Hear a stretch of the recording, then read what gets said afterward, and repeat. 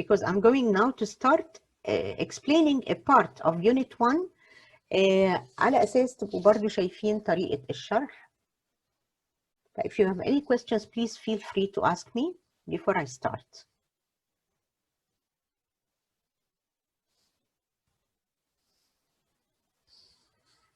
طيب okay, maybe there are no more questions, so أنا هقفل الشات دلوقتي بس عشان واخد جزء من البورد، و if you have any question, please ask me. Just a second to prepare it. Okay. Right. The part that I'm going to explain that chapter 2 من unit 1 وبيتكلم على ال circulation.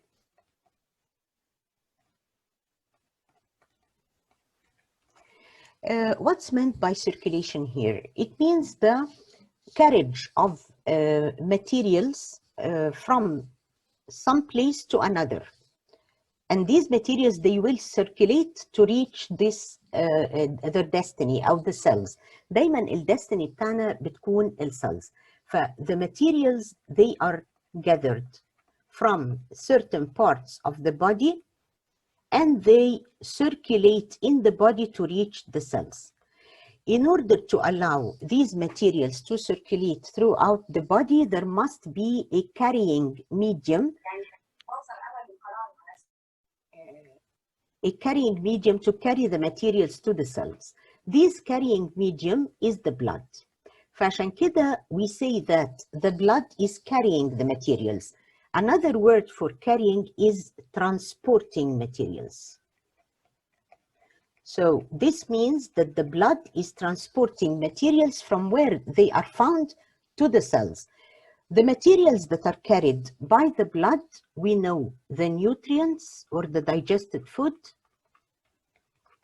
of course, oxygen, carbon dioxide, and wastes. Other wastes, يعني.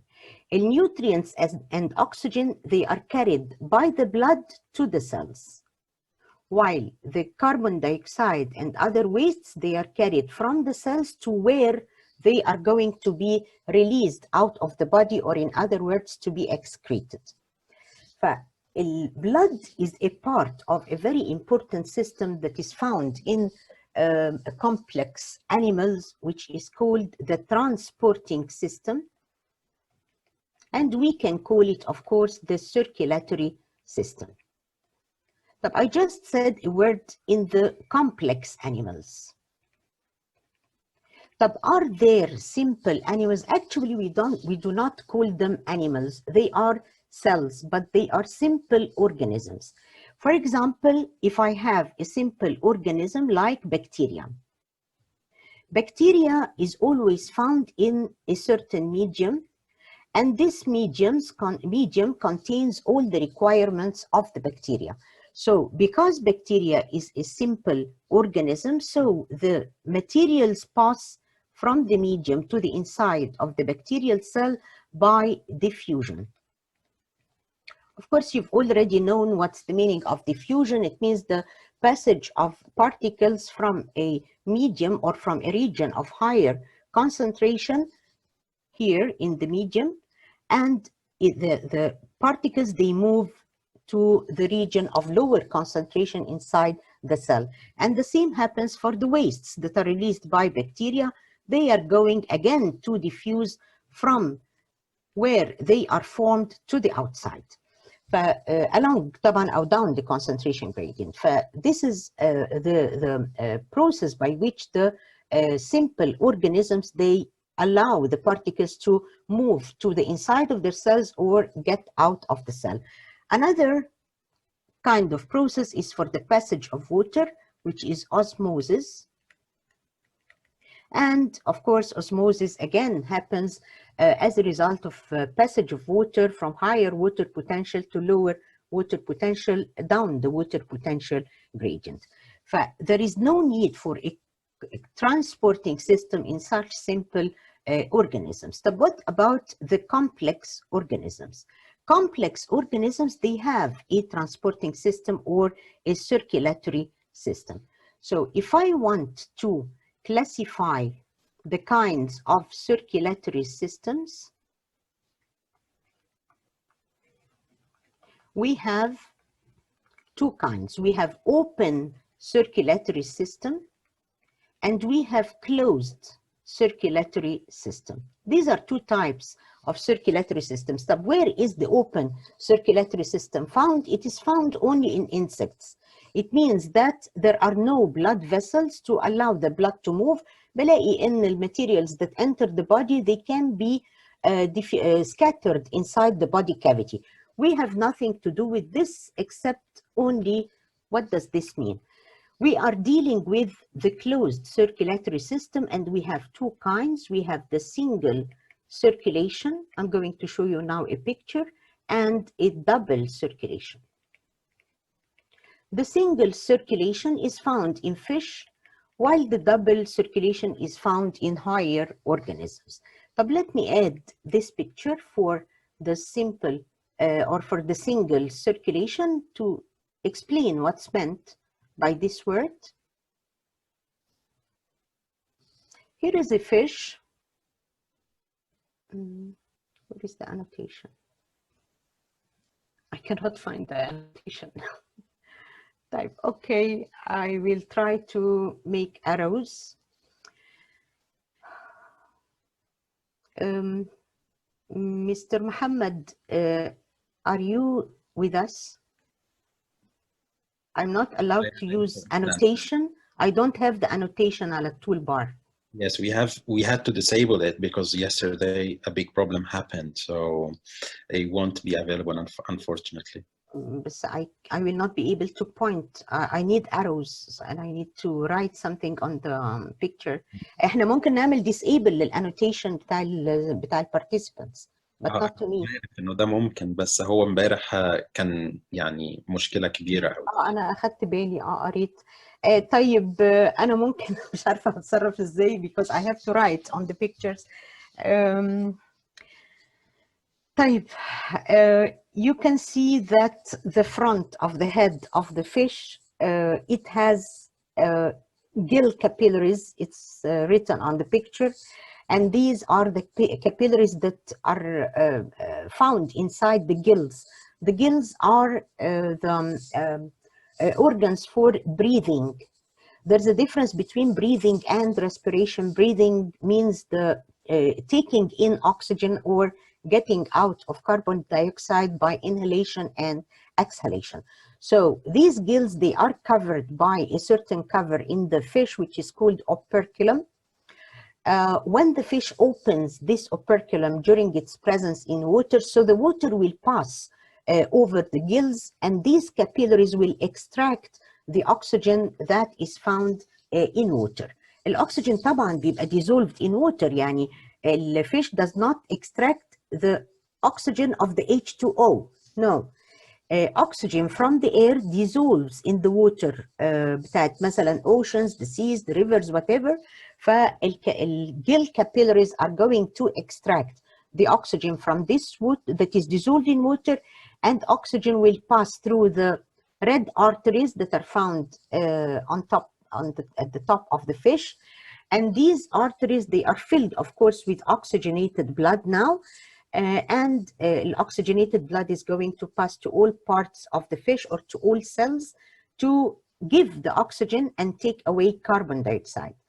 Carbon dioxide and other wastes, they are found in these blue veins, and the blood is deoxygenated like this, carrying carbon dioxide and wastes, and it will pass through the heart. And then from the heart, the blood will pass to the gills to release the carbon dioxide out. This means that the blood passes through the heart only once. That's why it is called a single circulation. But what about the double circulation? Let me add this picture.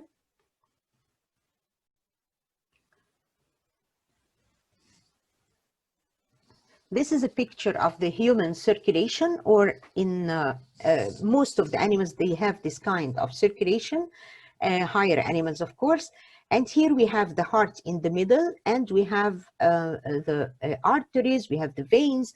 Arteries are always colored in red because the the blood is oxygenated, and the oxygenated blood is bright red in color, while the deoxygenated blood بيبقى الكالر بتاعه is very dark red، بيبقى داخل على البلاك. فهو universally they agreed that the color will be blue. Here, as you can see, that the oxygenated blood, it gets through the heart coming from the lungs. So this is the passage of blood for the first time passing through the heart, and then the oxygenated blood will pass through the cells to receive carbon, to give oxygen and receive carbon dioxide, to return back in the veins to the heart once more. It means that the blood will pass through the heart twice, or in 2 times. This is what's meant by a double circulation. Of course, our circulation as human beings, this is a double circulation. The circulatory system in humans or in higher animals, let me explain about humans because this is our topic. The circulatory system is formed of the heart. It is formed of blood vessels that carry blood. Of course, the blood vessels, we have 3 types. We have arteries carrying oxygenated blood from the heart to all the body cells, except one artery that I'm going to explain now. Veins, they usually carry the deoxygenated blood from the cells to the heart, and capillaries. And the third component of the circulatory system is the blood. But let me start by the heart.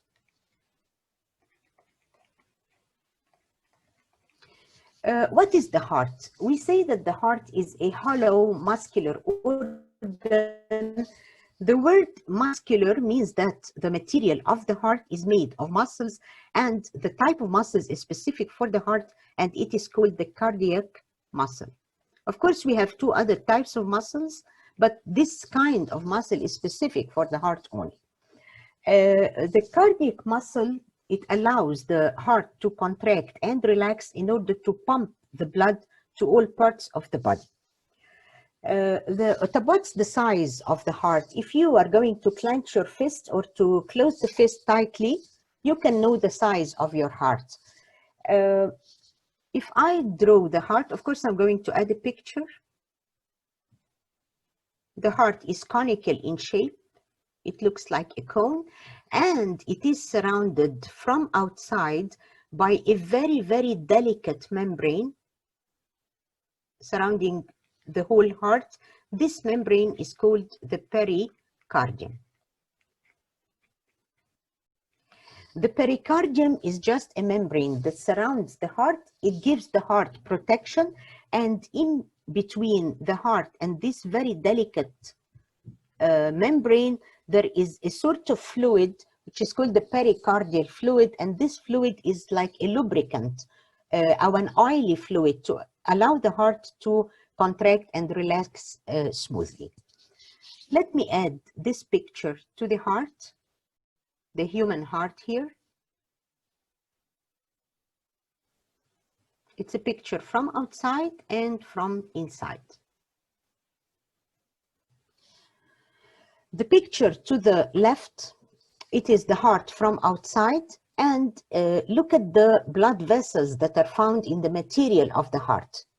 The very delicate blood vessels in the material of the heart, these are called the coronary arteries and coronary veins, and they are responsible for supplying the cardiac muscle itself with oxygen and taking away its wastes. But why? Because the cardiac muscles, these are muscle fibers, and they need to respire to get energy to be allowed to work. We know that all the muscles, they need energy to work. The cardiac muscle is a kind of muscles, so it needs energy, it needs nutrients, it needs oxygen, and these are supplied by the coronary arteries. And when the cardiac muscles work or respire, they are going to produce the wastes which are carried by the coronary veins. But what about the picture to the right? The picture to the right shows the heart from inside, and it shows that the heart is divided into two sides, a right side and a left side, that are separated from each other by a muscular septum. The word septum means the wall, yani it's colored pink in the middle of the heart. And this wall, it is very, very important because it separates the right side of the heart from the left side of the heart. Right. What is the use of this? Just a second عشان حصل عندي حاجة. I'm going to reshare this picture. I'm sorry. I lost the picture. Yes. Can you see it in front of you? Because I lost it and I returned it back. شايفين البيكتشر؟ ولا أعمل لها resharing؟ Just a second. Yes, you can see. Okay, thank you. Two hearts. Yes, thank you. أصل اختفوا من قدامي فعملت لهم resharing once more. Type here, this pink septum in the middle, it separates the two sides of the heart. But why do we need this separation? Because on the left side of the heart, there is oxygenated blood or blood carrying oxygen. On the left side of the heart, this is deoxygenated blood or blood carrying carbon dioxide. Of course, we don't need to mix both kinds of blood. That's why this septum, or this is another word for wall, but scientifically it's called a septum. So it separates both sides of the heart from each other. The reason for the presence of this septum is to prevent the mixture of both kinds of blood. But what about each side of the heart? Each side is divided into two chambers, an upper chamber in both sides, and these chambers, they are called the atria. Atria is a plural word and its singular is atrium. So we have upper chambers, two upper chambers, which are called the atria, and they lead to the lower chambers, which are called the ventricles. As you can see, there is a white structure in between the two chambers. These are the valves that separate the atria from the ventricles. These valves, they act like gates that when they are closed, so the blood is not passing, and when they are opened, the blood will pass from the atria to the ventricles. After the blood passes to the ventricles, these valves are going to close immediately. Why? Because after the blood passes from atria to ventricles, so the ventricles are going to contract, or they are going to pump the blood to the blood vessels, the large blood vessels that are found here. If the valves are open, so blood will return back to the atria, and this is unwanted طبعا. ثواني أفتح الشات.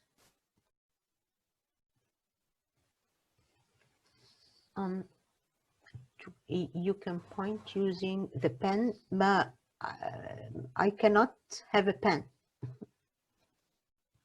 Where is the circle? Just a second.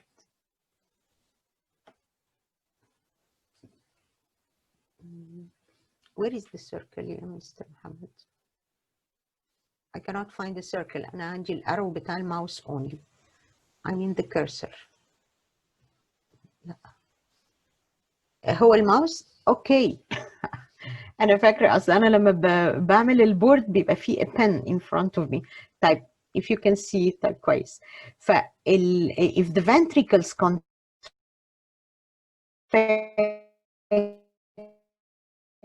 the blood is going on, it's going to pass to this great artery if the valves are not closed.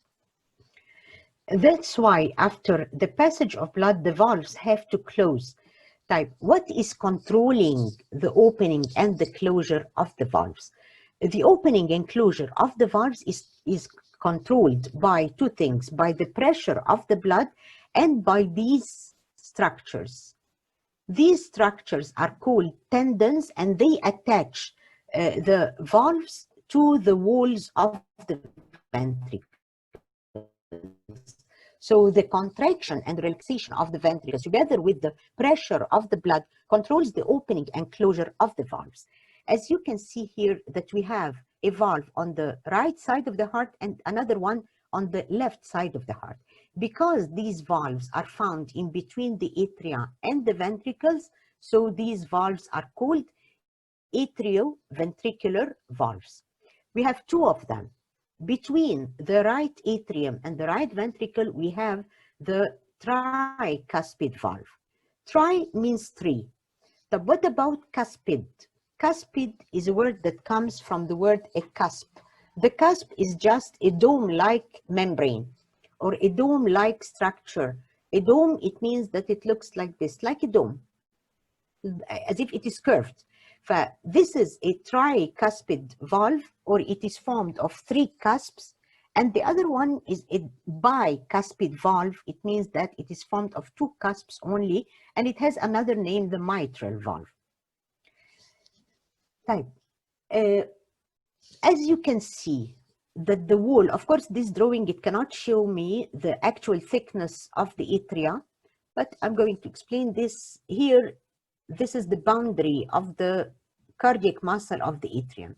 As you can see that the thickness of the atrial muscle is thinner than that of the ventricular muscle. But why the atria, they have thin walls? Because we know that the cardiac muscle, it contracts to push the blood or to pump the blood. Pushing the blood from the atria to the ventricles does not need too much force. That's why, because of course the ventricles, they're just below the atria.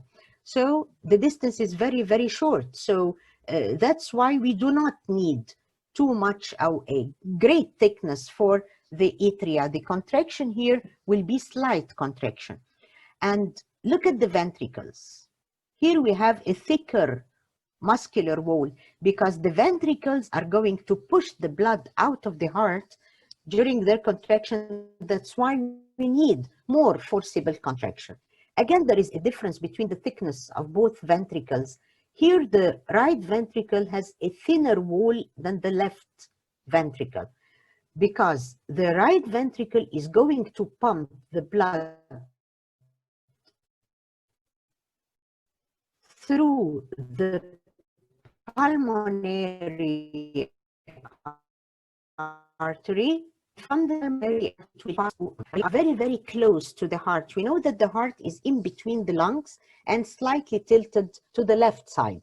Yani it's more related to the left lung than to the right lung, but both of them, they are very close to the heart. So we do not need too much force to pump the blood out to reach the lungs. That's why the wall of the right ventricle is thinner than that of the left ventricle. The left ventricular wall is thicker because when the ventricle contracts, it's going to push the blood through the aorta, and this aorta takes the blood to all parts of the body. So in a single pump of the heart, the blood has to reach every part of the body. That's why it has to pump very, very hard, or I need very thick cardiac muscle to give me a great, or to reach all the cells of the body in the same time. But as you can see, that this is the largest artery of the body, and as soon as it gets out of the heart, this is called the aorta, of course, and as soon as it gets out of the heart, when it makes the arch, it gives branches to the head and neck. My voice is lagging. هي maybe due to internet connection يا حبيبة. يعني now I couldn't receive any note that there is unstable internet. لما بيكون في الانترنت is unstable بيتكتب لي قدامي. I hope that you can hear me properly now. Can you hear me clearly يا حبيبة? And which part did you miss so I can repeat?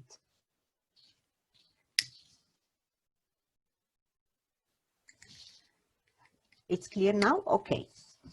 طيب يبقى I was talking about the aorta. As soon as it gets out of the heart and makes this arch, it sends branches to the You're welcome, Habiba. Thank you. It sends the oxygenated blood to the head, to the neck, and to the upper limbs, which are the arms, the forearms, and so on. And then it curves at the back of the body. Look at this. This is the continuation. Of course, it goes to the back, at the back of the body, and during its pathway, it sends branches to every part of the body.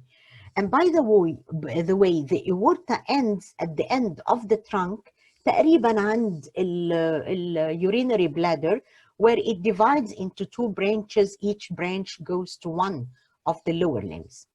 Type. At the beginning of the aorta, look at this white structure. This is another valve that is found at the beginning of the aorta and the left ventricle. This valve is very important as well, because when the ventricles are empty and they are still filling from the atria, this valve has to close, or else the blood will fill the ventricles and will go to the aorta without any force.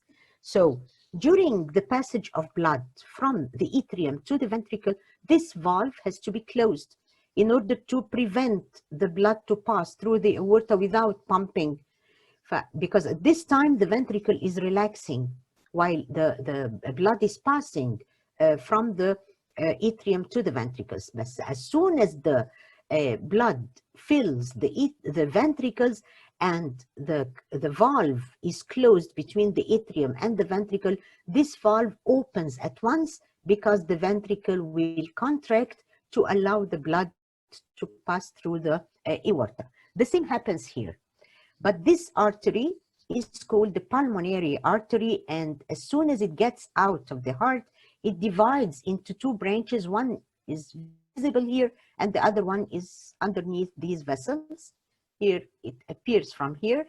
Of course, each branch will go to one lung.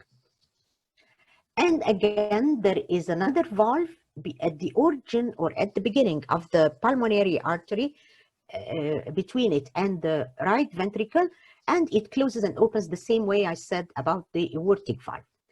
These kinds of valves at the beginning of the big arteries, they are called the semilunar valves, or they look like crescents of the moon, and that's why they are called semilunar. And this is called the pulmonary semilunar valve, and this is called the aortic semilunar valve. Right. Of course, when the blood is pushed through the aorta, it is oxygenated. And when it reaches all the cells, there is an exchange of gases. That's why the blood has to return to the heart again as deoxygenated blood. The deoxygenated blood will enter the right atrium through these very large veins, one here and one there. This vein is called the superior vena cava, and the other one is called the inferior vena cava. Of course, we know that the word superior means upper and inferior means lower. So this is called superior because it brings the blood from the upper part of the body, while the inferior, it gets blood from the lower part of the body. But how can I know my upper part and my lower part? Just extend your arms. The part above the arms, this is the upper part of the body, and the part below the arms, this is the lower part of the body. So the right atrium is going to receive deoxygenated blood from these very great veins, and they are called the venae cavae, plural. And if I want the singular, this is the superior vena cava, and this is the inferior vena cava. So the deoxygenated blood is collected here, passes to the right ventricle, and that's then delivered through the pulmonary artery. This means that the pulmonary artery is the only artery that contains deoxygenated blood. After the deoxygenated blood reaches the lungs, there is an exchange of gases where the blood leaves carbon dioxide and receives oxygen. Of course, carbon dioxide is going to be released out with our exhalation or breathing out, and this blood in the lungs will be, the carbon dioxide will be replaced by oxygen. And the oxygenated blood will come from the lungs to enter the left atrium through these veins. These veins are called the pulmonary veins, and they are the only veins that carry oxygenated blood in the body. We know that all the veins, they carry deoxygenated blood except these pulmonary veins. So anything called pulmonary, it means that it deals with the lungs. The word pulmonary comes from the word poumon, which is a French word meaning lungs. So pulmonary vein and pulmonary artery, they are related to the junction between the lungs and the heart, and they carry the opposite kind of blood. So here all the veins contain deoxygenated blood except the pulmonary veins. They bring oxygenated blood from the lungs. Pulmonary artery, all the arteries carry oxygenated except this pulmonary artery carries deoxygenated blood. So if I put another picture for the passage of blood through the heart, I'm going to add this picture just to make a summary about what I said. As you can see, if I will start from here, oxygenated blood will enter through the pulmonary veins, will fill the left atrium, and during filling of the left atrium, this valve has to be closed. This is the mitral valve. It will be closed to allow the filling of blood here. But after filling, the atrial muscle is going to contract, and by its contraction, it's going to, we know that contraction means shortening of the muscle. So when this muscle shortens or contracts, it will allow this volume to decrease. Okay, and you know from our physics that when volume decreases, this means that the pressure will increase. Of course, this is closed, the valve is closed. So here the volume will decrease and the pressure will increase. The pressure of blood will allow the valve to open. So the blood passes from the atrium to the ventricle.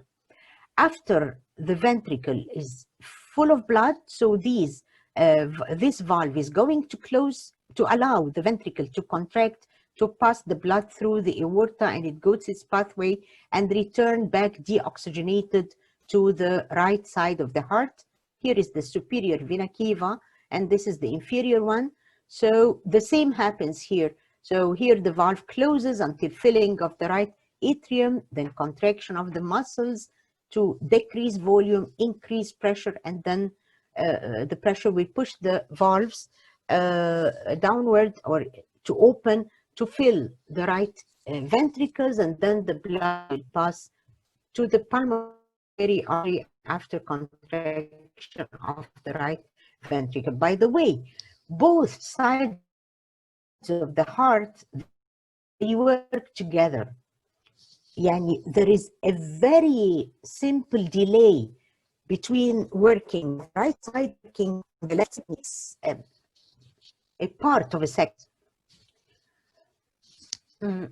My voice was lost. I just said it takes a part of a second. But why? There is a slight delay on the left side than on the right side. This depends. I know that it was lost. That's why I stopped. And clearly the message and the internet connection is unstable.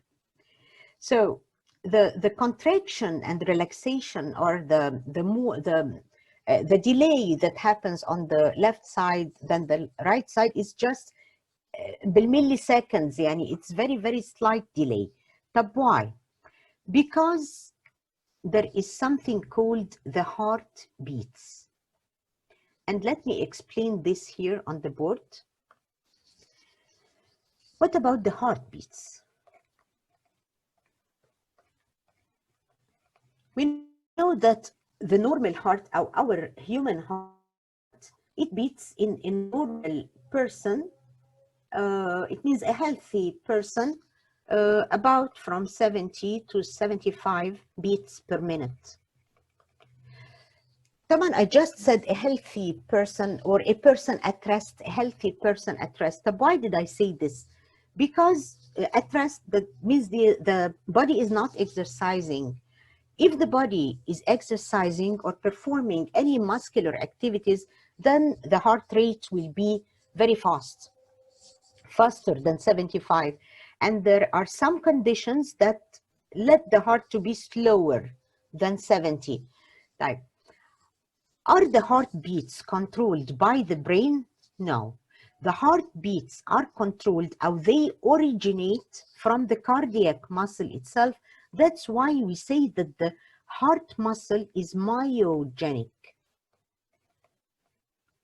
The word myo means muscle. We say myocardium, myofibril. Myo is used for the muscles. Here it is myogenic. It means that the heartbeats originate from the cardiac muscles, not under control of the brain. Yani in all the parts of the body, they are controlled by the brain, or they must receive impulses from the brain, and these impulses, they pass through nerves, and then the parts of the body is allowed to work. That's why all parts of the body are neurogenic. Neuro, it means something dealing with the neuron, which is the nerve cell. So all parts of the body, they are under the order, or they obey the orders of the brain. And these orders are passed through the nerves, because the neuron, part of it is the nerve. All the impulses, they come from the brain or the spinal cord to reach every part of the body through nerves. So every part of the body is neurogenic.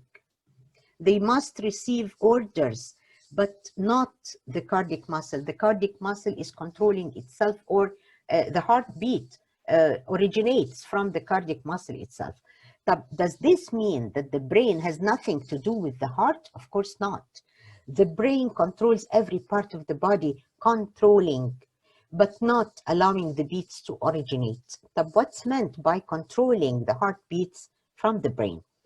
It means that if the body is exercising or needing more energy, this means that the heart must beat faster. This is allowed by certain information coming from the brain to allow the cardiac muscle to beat faster, only for controlling the speed. There are some conditions like depression, for example. This is a psychic disorder, depression. The heartbeats are slower, so the brain, it sends impulses to the heart to slow down. The brain only controls the cardiac muscle to be faster in its heartbeats, or in its heart rate, or to be slower. This is the only control. What about the heartbeats? Where do they originate from? They originate, let me add this picture. Here it is.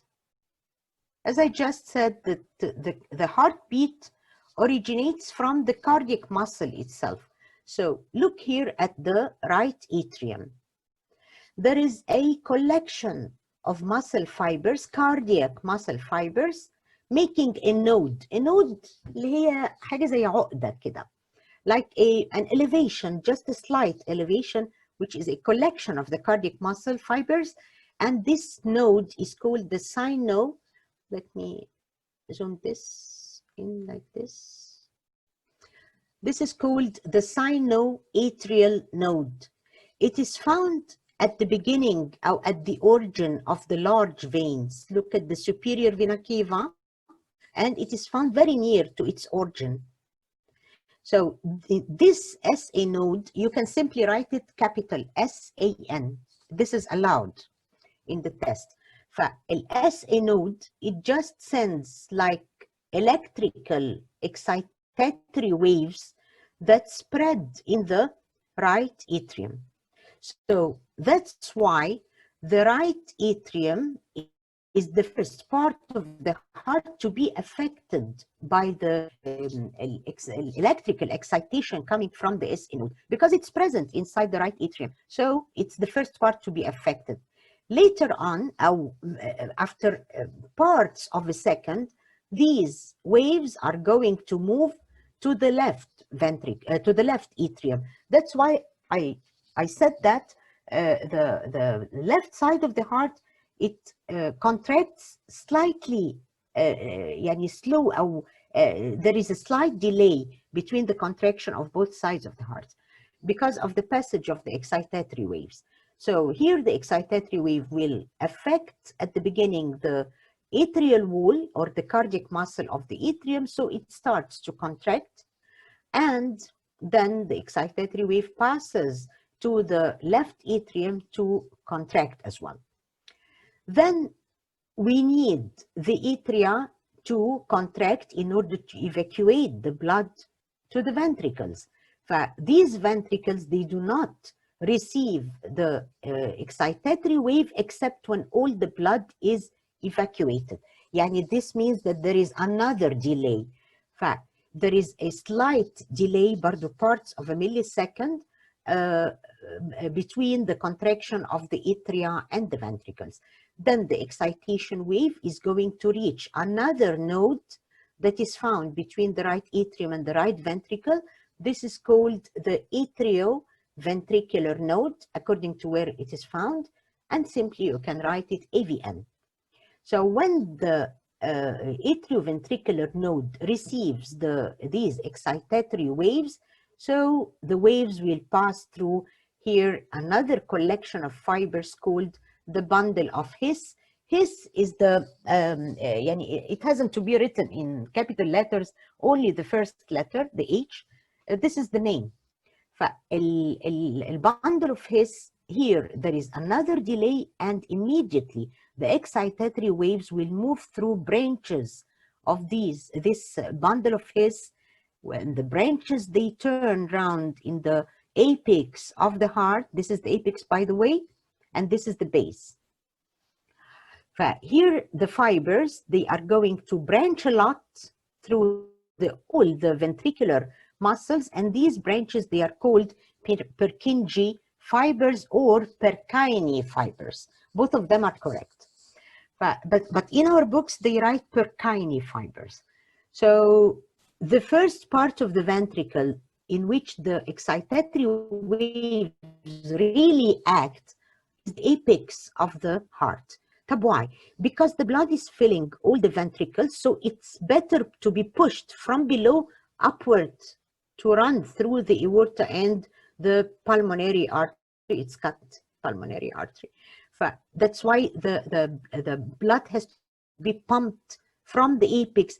Suppose the blood is pumped from here. The part of blood here will not be pumped. It's going to settle down. That's why the apex of the heart has to pump at the beginning and then followed by the rest of the ventricle. This is, look at the direction of these Purkinje fibers. They are directed from below upward.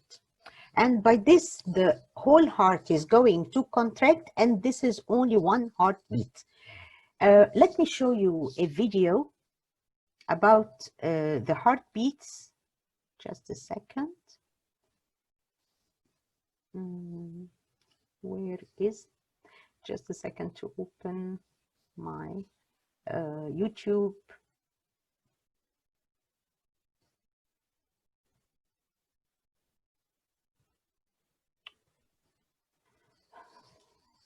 Give me a second, please. Yes, here it is.